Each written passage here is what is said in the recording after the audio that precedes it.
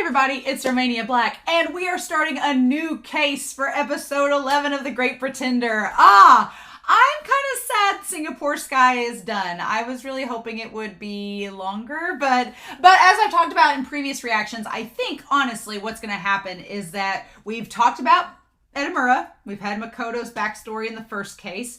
This case was all about Abby. My theory based on the OP is that we're going to get Cynthia next. Not only because it's in the OP of her and like the snow and everything, but also because Laurent is kind of our main guy that's the foil to Makoto. So it would make sense to bookend with Makoto and Laurent stories. So I think personally that episodes 11, 12, 13, 14, and maybe 15 are going to be about Cynthia and a case involving her. And then maybe Laurent will be 16, 17, 18, 19, 20. And then the last 5 episodes will be like everything coming together and our crazy crew of con men and women coming together to do one final thing. I don't know. We'll see what happens, but I'm pretty excited. So I don't know what to expect. I do know that at one point, this one season was split into 2 seasons. I remember Netflix had a certain amount of episodes come out and then they waited a while and then they had technically what was called season 2, even though it's just one season come out. So my question is, the only thing that will throw a kink into that theory of mine is if we have like, if these next couple episodes are just a short case and then it stops and then we start like the other half. I don't know. I'm not exactly sure. So I'm very curious to see how it will all go down. And my dog wants me to play with this toy, but I'm going to put it under my leg here so he can't get me to throw it while I'm watching the reaction. But yeah, so I'm pretty excited. But we're starting a new case. I liked Singapore Sky an awful lot. Abby's backstory was dark and beautiful. And I thought it's sad. I talked about this in the reaction. It was kind of bittersweet that it ended so quickly because I wanted it to keep going. But I'm glad they didn't drag it out. It's kind of always that hard thing of, do you want something to end quickly or do you want it to kind of, drag out and fade away? So what can we do? But yeah, I'm really excited, y'all. So I hope you all enjoy this episode. I'm pretty excited about it, but let's not waste any more time. We're going to start episode 11 of The Great Pretender and see what this new case is about. And we're going to do that here in 3, 2, 1, and let's go.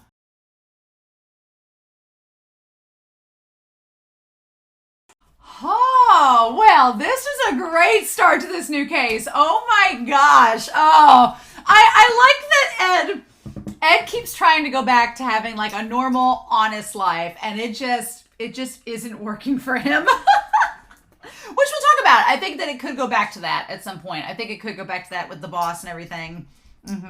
I think it could go back to that, or maybe not. Maybe the whole Korean comic kind of threw everything in the garbage. But I've talked about this on the Discord, but there is such a beauty to Sadamoto's artwork and the design and the color scheme. It feels like a certain type of impressionist painting, which is funny that we go into this episode. We go into this episode talking about artwork, and they're in France, which is, this big hub of art in Europe.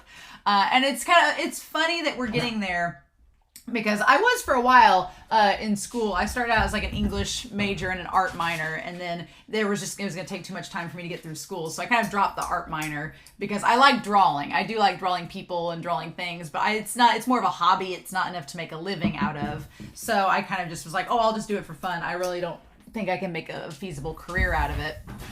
But I do recognize some of the artists that they're talking about and the idea of appraisal and everything. And so I like the idea that Laurent, of course Laurent is an artiste, but we don't see what he's drawing. That's what's interesting, is that we don't see what he is drawing. He kind of teases Cynthia and says, oh, well, I have to draw whenever I see something beautiful.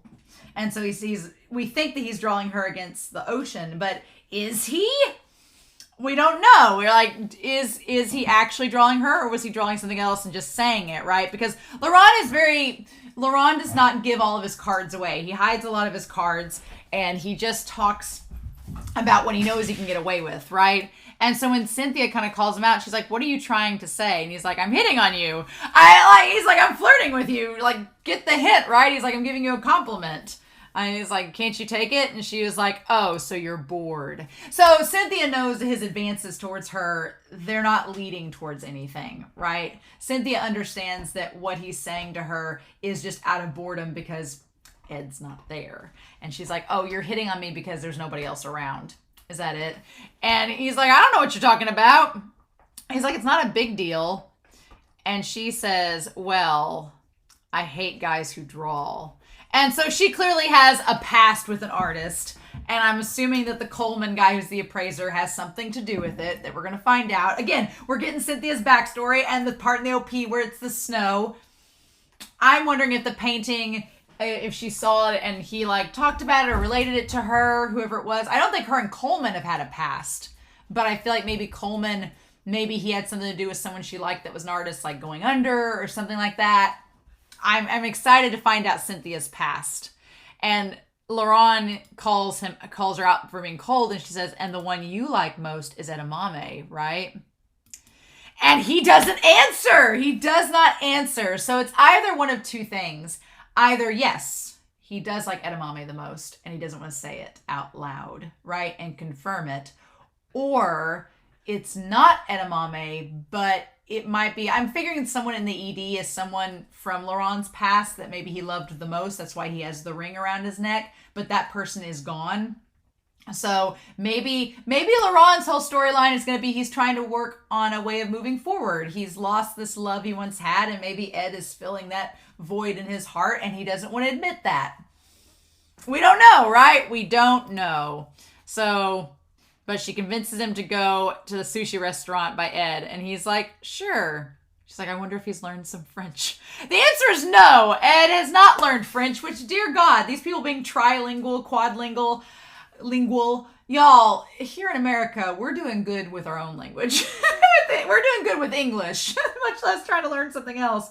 I've always wanted to learn other languages, but I'm an English teacher. My brain is so hardwired to knowing English grammar structure and mechanics that whenever I try to learn a new language, I learned Spanish for a couple years, and it was so hard because I was like, there's gendered nouns, there's the sentence structure so different from English. And I know they're the same language tree. It should be easy to learn based on that. You know, it's not like trying to learn Arabic or any Eastern Asian languages, but I'm like, ugh.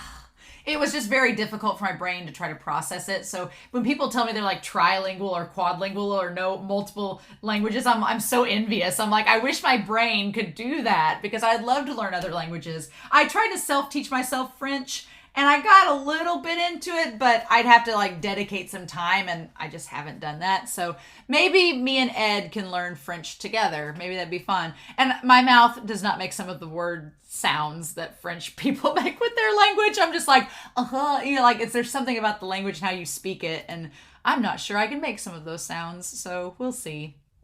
But yeah, I love that as we see in this episode, everyone's in couples. Like, it's like Paris, the city of love and all this. It's like everyone's in a couple walking around, right? It's clearly, and this all taking place in France. I figure it's going to be, this story with Cynthia is going to have to do with romance. And I'm like, it's interesting. Edamura's storyline was with family, and Abby's was with family. And I feel like Laurent and Cynthia, their storylines may have to do with love. So, or with a partner. So we'll see, right? But yeah, the one guy getting onto Ed about how he makes sushi, and Ed just looking so flustered. Like the little headband that he has on is barely like on there. His hair's sticking out everywhere. And so we find out these guys in the sushi restaurant are Chinese, and they think Ed's Korean, which is a funny little twist because Laurent says, well, you know, most Europeans think Asia is Asia. They don't really know the distinct countries and the distinct different ethnicities from that. And I like that we have this Chinese guy who thinks it's Korean. It's actually really funny. And he's like, you don't know how to make sushi? I do. And it just getting onto him. You're like, you're a part-timer. And I love that he ends up quitting. And so the thing about it is that Ed has been trying to live his life free of cons working in the sushi restaurant. And clearly Laurent got him the job. So that's funny. He's like, well, I don't know French and I'm working on it. And so I love this little shop, this little boarding house that he's staying at.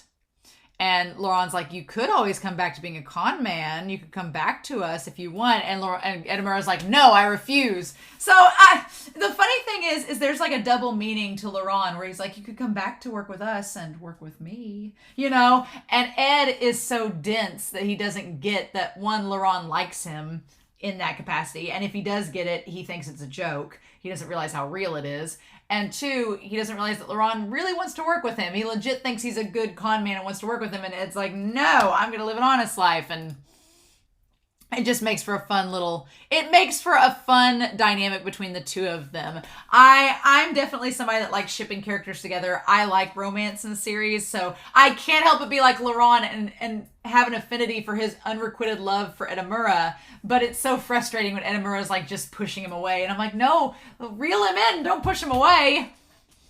Also, everybody's fashion in this episode was on point. The gray trench coats, the outfit that Cynthia has on during this, Abby's outfit with the teal, everybody's clothing was on point. Good fashion by everybody. France is clearly the place to be styling, right?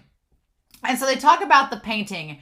And I like that Cynthia almost seems to think it is a Montoya work. She almost seems to think that it is. But it's just hard to imagine something like that being in this little boarding house, so they don't give it too much credit, right? They don't give it too much clout. But she's like, it does resemble, like, she kind of knew. And I like that, like, Laurent and her kind of both have the same idea of, well, it could be Montoya, but what are the odds of it being here? So they sort of dismiss it, right? And then Ed has no clue about European artwork. So I do love the little touch this episode gives. If you look on the mantelpiece, there's the rose in a bell jar. That is clearly Beauty and the Beast. Like, it's referencing Beauty and the Beast in that moment, which is very cute. It's a nice little soul because Beauty and the Beast takes place in France. So it's a nice, cute little nod that Sadamoto does. And yeah, I like we get a little art history about Montoya. I think of Francisco Goya. When I heard Montoya, at first I was thinking of Goya actually instead. And I love Francisco Goya. I don't know a lot of Montoya works. And then we have tiramisu. Bless our boy Ed. He's like, I'll go back to the sushi restaurant. He's like, it's honest work and I do have comfortable lodging here, so it'll be fine. He's like, I don't need you, Laurent. I'll just go back. He's like, if I don't try, I'll be punished. And he has this cute little face and I'm like, things are about to like not go Ed's way at all. And at first I thought it was Laurent's doing that makes things go south, but no, this is the kind of the crazy thing is that everybody goes south, not because of Laurent in this case. Laurent did not influence, like with the Singapore Sky case, Ed was conned into joining Laurent and Cynthia's team by everything being set up by Laurent. Here, Ed legit tries to do something and it completely backfires to the point where Ed's solution is to start a con of his own. And it's like, Ed, sweetheart, what we doing? So yeah, he goes to the restaurant. He gets the King Edward V, which I'm going to wait. I'm not going to look up what Edward V is because I want to find out in the episode. I feel like they're going to go back and either tell us. So I'll just make a mental note that if we don't find out about Edward V by the time this case ends, I'll look him up. But I have a feeling we're going to go back and find out what his deal was. Because again, European history is not my forte. So we shall see. But yeah, he goes back and I like that Ed like braces himself. He's like, calm, cool, collected. You're going to apologize to the manager. Be fine. And the moment he opens the door, he's like, I'm sorry! It's great, but I did feel bad for the sushi chef because, yeah, I thought for a moment that Coleman was a health inspector and was like a restaurant raider and was like going to give them a grade to put on their door. And no, he's just a customer that is really pompous and a complete asshole. I'm like, come on. Like, I've been to some sushi restaurants where the sushi wasn't as good as other places I've been at, but I would never be such a pretentious jerk to like throw my money on the ground and like berate somebody. Like the defrosted, I've had sushi before where the fish wasn't totally defrosted and it was kind of like but I just soaked it in some eel sauce for a while and kind of warmed it up and it was fine. So I would never be the type of person that would like call the manager out and like throw the sushi at his feet and be like, here's my money. I don't need your fancy sushi. I'm like, it couldn't have been that expensive, right? It wasn't that expensive. I mean, it doesn't look like a fancy sushi restaurant. It looks like a side to-go sushi place you'd sign at like on a town square somewhere. he's just being, it like sets up his character of being an asshole, right? And I feel bad. Like Makoto feels bad for him because it's just like, you know, he tried his best. It wasn't like he was being lazy and like the other customers are like over there like, ugh. But yeah, it wasn't like he was being lazy. He was trying his best. He just didn't do it to that man's standards. And I do love the visual of Makoto sitting next to him, like offering him the water and sitting next to him. And he's like, don't give up. He's like, I want to make an honest living here. Like just keep doing the best you can. And he's like, I'm going back to China and you should return to Korea. And then I like that Makoto's like, I'm Japanese. And then that's where we're back to square one. I like that it just cuts to him eating the soup being like, I messed up. It's fine. And then things go from bad to worse whenever he finds out that they're closing and that they're not going to be able to have him there anymore. And he's like, you're closing? And they're like, yes, you're closing down. And Makoto's like, this could not get any worse. Like my one nice place to stay, my one good job, everything's falling to pieces. He's like, what do I do? And that's when he runs into the Coleman guy. And the Coleman guy, like, he's so arrogant. Like, he's clearly going back to somebody. And he's like, well, I'll get you a painting along the way, 20 or 30,000 euros. I'm like, that's a lot of money to just drop on a painting just as a souvenir. I'm like, it's a lot, dude. And, like, that's a lot. And then we threw the money out the sushi restaurant. We threw out, like, hundreds of euros. I don't think the sushi costs that. And so, yeah, Makoto's like, I like that he's just sitting there being like, what do I do? He's like, these people don't deserve to go. He's like, they don't deserve to have their place shut down, right? And he decides to do a con. He's like, I don't know how I'm going to get this kind of money, but I'm going to sell this painting for 20,000 euros and I'm going to get the money back. I love when he asks the man, he's like, can I buy this painting for 20,000 euros? The inn owner's like, are we thinking in the same currency? Are you saying 20,000 yen? Are you like thinking $20,000? Like, wait, what? I also love that as he's talking to Cynthia, Makoto is on his bed with his little feet like kicking up against the wall. Like he's like a giddy little kid planning his little con. And he's like, don't tell Laurent. I don't want him involved. He's like, I want Laurent to know I can do this without his help. He's just like, it's so cute. And she's like, I guess I'll do charity work. And he's holding a little figurine in his hand. And she's like, oh, keep it a secret from him. He's like in the same room as her. He's bothersome. And then she says, it seems like you finally realized he doesn't like you. And Laurent's like, well, then this pariah will watch and see what he's got. Laurent's not giving up. No, Laurent likes a challenge. And even if Cynthia's like, he doesn't like you, like it's not a two-way street. Laurent's gonna be like, well, I'm not going to give up. I'm going to keep trying, and I will just take my unrequited love off to the sidelines here and just have my misery and wallow in it, and you guys just do your con. He's like, we'll see what he's got. And so at the airport, he meets up with Abby. I love Abby and Makoto's relationship. For the record, I don't see it as romantic at all. I don't see Ed and Abby as a romantic relationship. They feel like siblings. They feel like best friends or siblings that are together, and they have that connection, right? Like, I don't feel any like romantic attraction between the two of them, but I feel like with Laurent, it's like this lustful gaze towards Edamame constantly. And Edamame's like, you need to get out of my bubble. Like, gonna be a tsundere about it. But with him and Abby, it feels like this really close bond that they have. And when they talk to one another and she opens up and says, my parents have died, as we, the audience, found out in the last case, Ed's like, I like that Ed says, you're like me. Well, you have it harder. He's like, my parents kind of went out not in the middle of a war. So yeah, you definitely have it tougher. But Ed knows in some capacity what she feels like. So yeah, I love Abby's new look. I love her hair grown out. It's great. I love that Cynthia meets there as well. And she's hungry and he treats her to ramen. I love the little detail that she has the snot coming out of her nose, because if you've been out in the cold and then you go eat some hot soup or something, your like nose drips a little bit. I like that a lot. It's really cute. And he takes her out for lunch. He's like, how do you feel? And she's like, well, I'm moderately full. And they get the chestnuts. And he's like, well, if you're moderately full, you can help me out with this case. And maybe that'll fulfill you a little bit more. And she's like, well, I'm just passing my time. And if I get paid, fine. She's like, I don't know what else to do, right? So Abby's like definitely like calmed down a lot since the last set of episodes.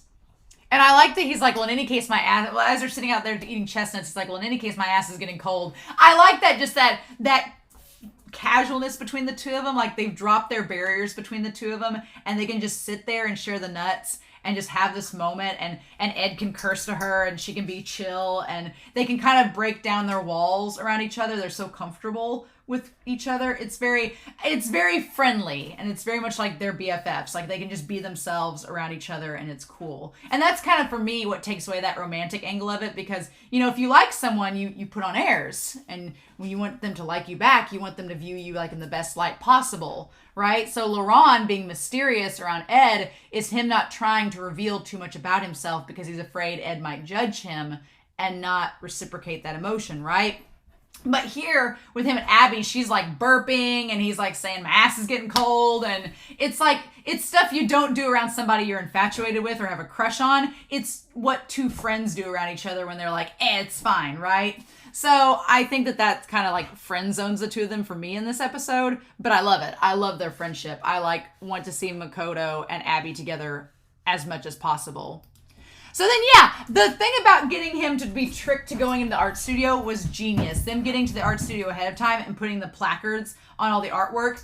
It works for his personality, because if he had been anybody that wasn't pretentious, then when the art appraiser comes out and he's like, oh, this is too much, he'd be like, what are you talking about? It's actually this price, and would have ruined the whole con. But because they know that this man is a jerk, and he's going to not stick around and listen to reason, they know he's going to storm out and be frustrated. And they can lure him to their art studio through that means. But then as Kudo like leads the art man away, he sees Cynthia, and Cynthia knows instantly who he is and knows that they've done goofed. And I thought when he saw the painting that he connected to Cynthia, or that it was something from her past leading him to think a certain thing about it. But no, he instantly knew that it was a Montoya piece of artwork and knew how much it was worth. And when he saw that it was being touted as something that it wasn't, he's like, well, I'll just take advantage of the situation and take the art piece for myself. And I'm like, I'm like, Makoto, Cynthia, I love that she's like, you didn't do your research. You didn't research this piece. You didn't research what it could be worth. You just decided you do this quick con and that was it. She's like, cardinal sin of a con man is you do your research. And Makoto's like, I did not.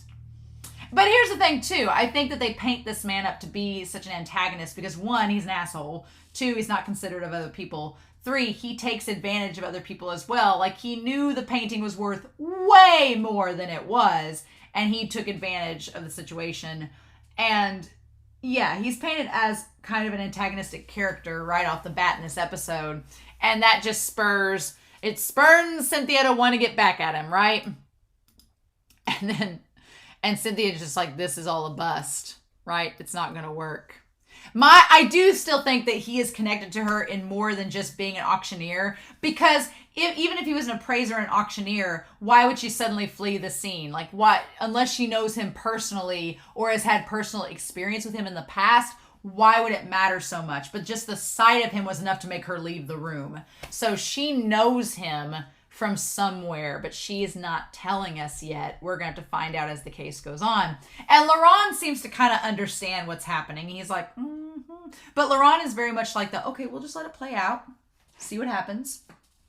You do you. And maybe if I need to intervene, I will. But then, yeah, he takes the painting, and Cynthia has distanced herself from everyone when they're on that little ledge. Makoto's like, I just want the 20,000 euros to give to the family. And then I guess the other 5,000 gets spread between Wudu and Abby because Cynthia doesn't want her cut. Because Cynthia knows that not only did the deal go south, it really went south. She's like, I don't want any part of this because it's going to be paltry compared to what we just gave up. She realized in that moment, she's like, he's an art appraiser. He knows. We just went. And maybe she realized, if she thought he was just some rando dude, that she was thinking, okay, it's just some random guy. we're going to swindle him out of 25,000 euros. He's not going to know how much this painting is really worth, so it'll be fine that he just takes it and gives it to his friend. Nobody will ever know. But the moment she found out he was an art appraiser, she's like, shit, he knows how much this is worth. We're going to get out of a lot of money and look like idiots. And that's why she wants no part of it. And she may have a personal connection to him, so she may not want a part of it either. But Makoto thinks everything's great. And then the thing about it is, when they turn on the TV, I like that Makoto's bragging. He's like, oh, well, you know, artwork. My thing was, I don't know if the girl seems to feel bad that they sold the artwork and got all the money for it. I wondered if the girl had a personal connection to the art piece, like if their mom gave it to her, and now that their mom has died, she didn't really want it to be sold, but the dad was like, didn't have that sentimental value with it. I'm wondering if she has sentimental value, so they want to get the art piece back for them. It seems like she wanted the art piece back and she didn't want it to be sold, but the dad knew they needed the money. So there was that kind of delicate balance there. And then Makoto's so proud. He's like, I got you your money. You're out of debt. Everything is right as rain. You know, artwork is blah, blah, blah. And he's like so pompous. Pompous is not a good look on Makoto, right? Smug is not a good look for him. And they talk about an art's worth. And so they have BCB News, which is funny because it's just BBC with the letters reversed. It's cute. But, so, and the news is in English, so they don't really hear. They just hear 20 million euros is all they hear. They don't really know what's going on. And the art gallery man, Coleman, is just, he's just going on and on about how, like, what a scoundrel, who would be so horrible as to sell this piece for so little when he knew exactly what he was doing. And I like the man's like, what a scoundrel, what a third-rate scoundrel trying to pass off that piece of art for something it's not. And Makoto's like, here's my foot, let me put it in my mouth. Because the moment they say 20 million euros, it's just, that was the worst, 20 million. And then we hear from Cynthia. Montoya is one of my favorite artists. Oh, no, that's Coleman saying it. He's looked for Snow of London for a long time. I'm an auctioneer as well as an art dealer. And I love that Abby's just like, And Wudu's like, oh my God. And Cynthia's like already drunk. And Laurent's just sitting there like, so how'd that go? How'd that go? How'd that con work for you, Ed? You didn't need my help, huh? Didn't need my help, huh? And they're going to auction it off. He's like, what a mess, Edamame. You sold a 20 million euro painting for 20,000. Your generosity is overflowing. And I like that Cynthia's like, get out of there, I'm sobering up. To think it'd become like this with Cynthia and Abby too. Laurent's just like, you all need me to help make sure this boat stays afloat, don't you? Oh, I love it. Abby's like, I just did what he said. I didn't know anything. The target should have been investigated properly. Who called it a cheap work by a nameless artist? And Laurent's like, well, I forget. Like, he's like, Laurent knew what he was doing. He's like, He's like, maybe I said that, but who knows? And then Ed's like, when Ed says, Laurent, what should I do? Like, that is not fueling Laurent's love for Makoto. Laurent seems like the type of person that wants to be needed. Laurent seems like he wants to be needed by people. So that's why he's like in charge of this con group. He wants to be in charge and to help others and to help run the show. And so when Makoto's like, I don't need you, he's like, okay, let's see how it goes. He's like, I know you're going to come back and ask for my help. And the moment he goes, Laurent, what should I do? I'm like, Laurent's sitting there swirling that wine like, yes, that's why I'm here, Makoto. Because he just looks so desperate. And he's like, well, give up. You already sold it. And the thing about it is, like, internally, Laurent is like, good, I got him. But externally, he's like, oh, just give up. You sold it. Like, he just doesn't emote that same emotion you know he's feeling. So it's like, ugh. He's like, you've already sold it. You can't do anything about it. And Kudo's like, hey, you sold it for 25,000 instead of 20. So you made a profit. And he's like, I can't do that. He's like, I can't face Marie and the old guy like this. Like, Makoto, his guilt. I'm going to get a picture of that screenshot because it's great. Makoto's guilt. He's like, I've just screwed up. I can't face them like this. And Cynthia's like, well, then we're all going to take on the job and get it back. As she's drunk on wine. I love it. And everybody just kind of looks at her like, Abby looks at her bored like, okay. Wudu's like, wait, what? Or Kudo's like, what? And Laurent's like, not surprised. He's like, we're getting it back, obviously. And we're going to destroy Coleman while we're at it. And Makoto's like, I didn't think we were going that far. I just want to get the painting back.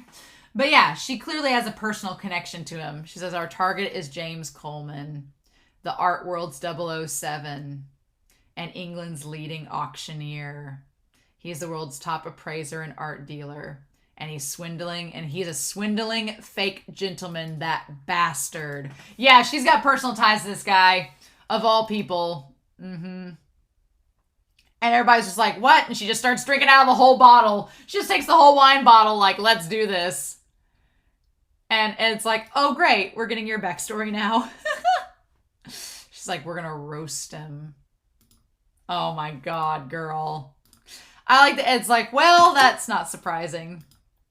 So yeah, I'm excited starting this new case off with. I really would like, I thought in this episode that Ed was going to, when Coleman was giving the review of the food to the owner, I really thought that Makoto was going to go out and like try to correct him and be like, oh wait, sir, let me fix you some sushi and it would be fine and fix the situation. But in hindsight, I get why that didn't happen, because we need to establish that Coleman's the type of person that has to have the last word in every situation. He throws the money down and leaves before the sushi chef can have a rebuttal. So I get why we didn't have that in this episode, but it's like, I really wanted Makoto to help that sushi restaurant manager out. So maybe he will in the future. Maybe he'll get to help in the future. It'll be fine. We'll see. But man, I'm excited to get Cynthia backstory. I feel like there's a whole host of things with her and Coleman and some history there that we're going to touch on in this con. But how they're going to do this, of course, we don't know. But man, Laurent in this episode, Ed in this episode, I'm glad Abby's back. Kudos there. I'm sure Kim will be there in some capacity. And the question is, how, now that Laurent is involved, how much further ahead is he going to plan for this all to go awry? I don't know, but I'm really excited, y'all. I'm really excited. So I hope y'all are too. But in any case, I hope you enjoyed this reaction and discussion. I'm excited to get Cynthia backstory. We're in France. We're just doing our world tour of cases. But I hope y'all have a wonderful week. Please stay safe. Take care. And yeah, I'll be back real soon with more of The Great Pretender. Bye.